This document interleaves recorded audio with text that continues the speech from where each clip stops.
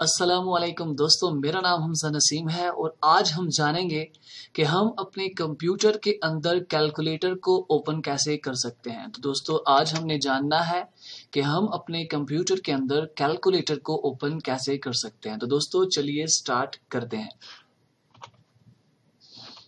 दोस्तों सबसे पहले तो आप ये करें, आप अपने कीबोर्ड से विंडो प्लस आर का बटन दबाएं।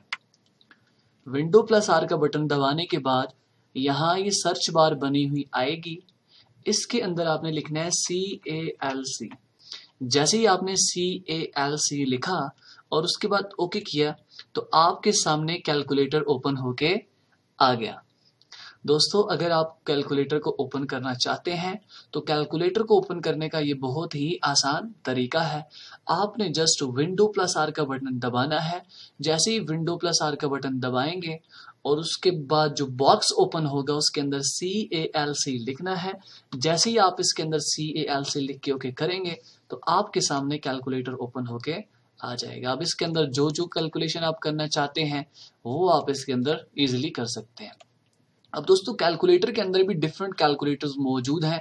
जैसे आपको साइंटिफिक कैलकुलेटर चाहिए तो आप साइंटिफिक कैलकुलेटर ले सकते हैं। प्रोग्रामर चाहिए, डेटा कैलकुलेशन चाहिए, डेट कैलकुलेशन चाहिए, जिस तरह के कैलकुलेटर आप इसमें खोलना चाहते हैं वो इजीली यहाँ पे खोल सकते हैं। तो मैंने स्टैंडर्ड को सिलेक्ट किया, यहाँ पे मेरे पास स्टैंडर्ड कैलकुलेटर मौजूद है।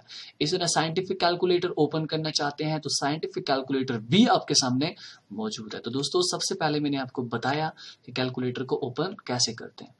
अगर आपके कंप्यूटर में ये ओपन इस तरह से नहीं हो रहा तो दूसरा तरीका यह है, स्टार्ट में जाएं और सर्च बार बनी आएगी, इसमें लिखना है CAL। जैसे ही CAL लिखेंगे कैलकुलेटर आ जाएगा। जस्ट इसके ऊपर सिंगल क्लिक करना है तो आपके सामने कैलकुलेटर ओपन हो जाएगा।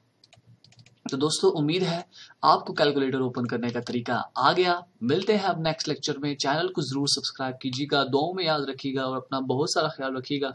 खुदा हाफिज।